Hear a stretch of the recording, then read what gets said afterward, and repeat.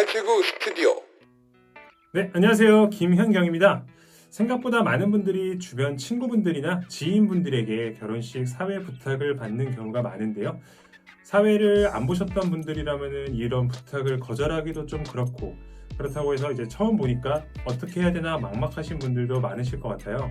그래서 이제껏 제가 사회를 봐왔던 경험을 토대로 이렇게 영상을 한번 준비를 해보았습니다. 자, 그러면은 지금부터 시작하겠습니다. 탈출구 스튜디오. 먼저 대본의 경우에는 결혼을 하는 식장에서 받는 게 가장 좋습니다. 왜 그러냐면은 그 식장에서 받는 대본은 그 식장의 신랑 신부 혹은 다른 그 이외의 것들에 맞춰져 있어서 편하기 때문인데요. 제가 오늘 준비한 대본은 제가 처음으로 결혼식장에서 사회를 봤을 때 친한 친구의 그때 좀 의미가 있는 대본을 준비를 해보았습니다. 모든 대본들이 다 이러지는 않겠지만은 대부분 비슷하니 참고해 주시면 좋겠고요. 신랑과 신부는 익명으로 하려다 보니까 김철수 군과 최영희 양의 대본으로 준비를 해보았습니다. 그럼 함께 대본을 보며 식 순서대로 중요한 부분을 체크를 해볼 건데요. 자, 이게 대본인데요. 사실상 대본을 받아보시면 아시겠지만 우리가 평소에 쓰지 않는 멘트들이 굉장히 좀 많이 있습니다. 예를 들면은 여기 주례사 부분에서 주례가 끝난 후 선생님의 존귀한 말씀이었습니다라는 표현이 있는데요. 여기서 존귀한이라는 표현은 사실상 평소에 잘 쓰지는 않죠. 그래서 이거는 뭐 존귀한 말씀이었습니다라고 대본대로 해도 되지만은 좀 더 듣는 사람들이 편하게 하려면은 존귀한을 소중한 또는 이 자리를 더 빛내주신 말씀이었습니다라고 편하게 말씀을 하셔도 됩니다. 말하는 사람이 편해야 듣는 사람도 편하기 때문이죠. 그럼 제일 먼저 안내 멘트가 있는데요. 이 안내 멘트는 하객들을 집중시키기 위해서 결혼식 5분 전에서 10분 전 정도에 2번에서 3번 정도 해주시는 게 좋습니다.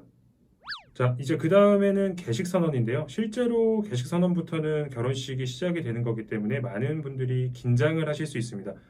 저의 경우에는 긴장을 좀 풀기 위해서는 저의 소개를 할 때 단상 옆으로 조금 나와서 인사를 드리며 자기 본인 소개를 하면은 하객분들에게 박수도 받고 좀 긴장이 풀릴 수가 있어요. 그렇기 때문에 저는 이 개식 선언에서는 물론 멘트를 하시다가 본인 사회자 소개를 하는 게 가장 좀 중요하다고 생각이 듭니다.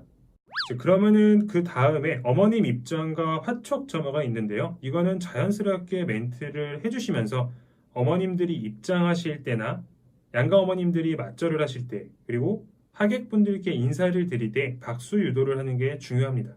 주례사 소개란에서는 가장 중요한 거는 이제 결혼식 전에 주례 선생님의 정보를 받을 겁니다. 이거는 확실히 숙지를 하셔야 되는 게 주례 선생님께 신뢰가 되지 않기 위해서 확실히 숙지를 하시고 멘트를 하시는 게 가장 좋습니다. 가장 중요한 순서인 신랑 입장과 신부 입장이 있는데요. 이때부터는 조금 씩씩하고 당차게 사회자도 멘트를 하는 게 좋습니다. 신랑이 입장을 한 후에 신부 입장일 때는 여기에 대본의 경우에는 자동문이 열리면이라고 써 있는데요. 이거는 각 결혼식장마다 신부 입장의 위치가 좀 다릅니다. 여기 같은 경우를 기준으로 봤을 때는 자동문이 열리면 이제 신부 입장에 맞춰서 신부 입장을 외치시고 신부가 입장을 할 때 박수 호응을 하는 게 좋고요.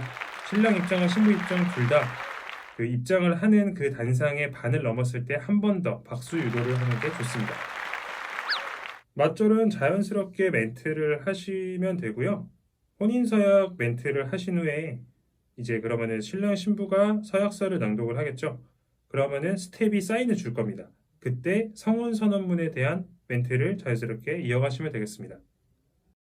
주례사의 경우에는 주례가 끝난 후에 이제 주례 선생님께 다시 한번 감사의 박수, 박수 호응이 중요하고요. 축가의 경우에는 신랑의 친구라면 조금 더 편하게 멘트가 가능한데요. 저 같은 경우였을 때는 뭐 신랑의 친구인데 20살 때부터 노래방에서 살다시피 한 누구누구의 축가가 있겠습니다 라고도 소개를 해봤는데 하객분들도 많이 웃어주시고 반응도 좋았습니다.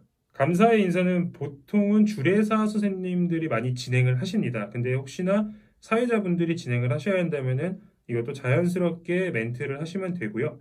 그 다음 케이크 커팅의 경우에는 이제 타이밍이 좀 중요합니다.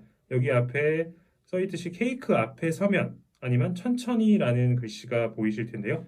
케이크 앞에 신랑 신부가 서는 거를 보고 타이밍을 맞춰서 하나 둘 셋을 외쳐주시면 되는데 여기서 하나 둘 셋을 좀 천천히 해주시면 됩니다. 저희 경우는 하나 둘 셋 이 정도 템포로 조금 신랑 신부도 준비를 할 수 있는 시간을 좀 주고 그렇게 해서 케이크 커팅을 마무리하는 멘트까지 해주시는 게 좋습니다.